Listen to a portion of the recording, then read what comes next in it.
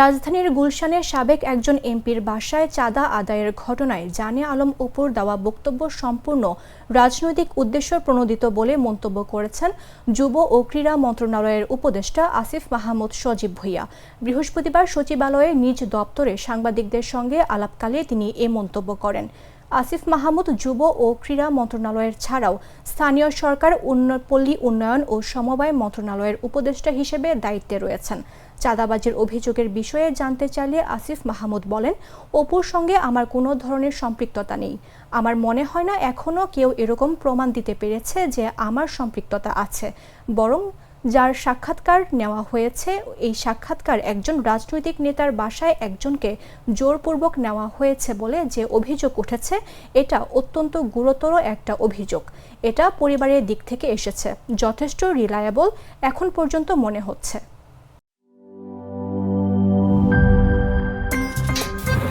আমার একটা স্মার্ট সিদ্ধান্তে 25% গ্যাসের খরচ কমেছে। ভাবছেন কিভাবে? সাধারণ গ্যাস স্টোভ বদলে আমি এনেছি আরএফএল গ্যাস স্টোভ। এর সাইন্টিফিক নজল ও ব্রাস বার্নার ক্যাপ সমানভাবে তাপ ছড়িয়ে রান্না করে দ্রুত। তাই গ্যাসও বাঁচায় 25%, টাকাও বাঁচে 25%। আরএফএল গ্যাস স্টোভ নিরাপদ ও গ্যাস সাশ্রয়ী।